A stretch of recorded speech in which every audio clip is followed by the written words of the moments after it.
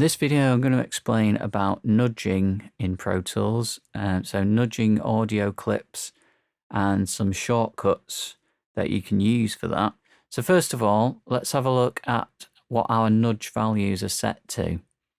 And if you have a look at the top of your screen where you've got the grid and the nudge, if you click on where it says nudge, it'll tell you what your nudge value is set to at the moment.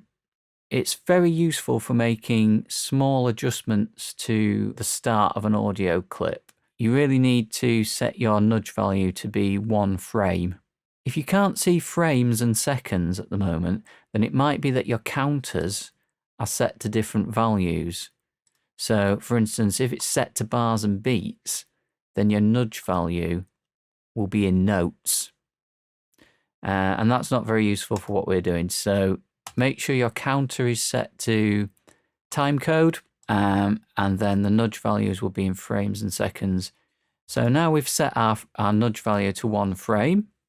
So let's just have a listen to this sound effect that we've got here.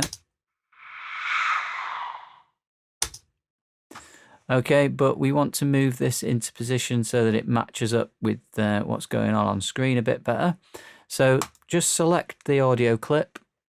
So you can either use the plus and minus keys on the numeric keypad, and that will move, minus will move it backwards, plus will move it forwards.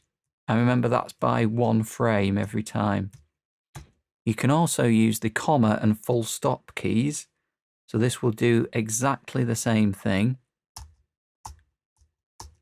So the comma will move it backwards and the full stop will move it forwards, again by 1 frame. But if you want to move the audio clip by greater than 1 frame, then yes, you could go up to the nudge value and change your nudge value. So you could go, the next one up is 6 frames, or you could go up to 1 second even. But if you just want to temporarily override your nudge value, so if you've kept it at 1 frame, a quick shortcut to move it further than 1 frame is the M and the / key.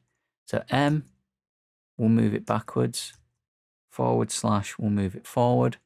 But what's actually happening now is it's moving up the next nudge value, which is 6 frames.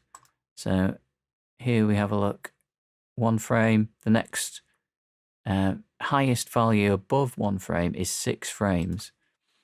So M and / is actually moving it backwards and forwards by 6 frames. I hope that gives you a better idea of how to move your audio more accurately using the nudge shortcuts.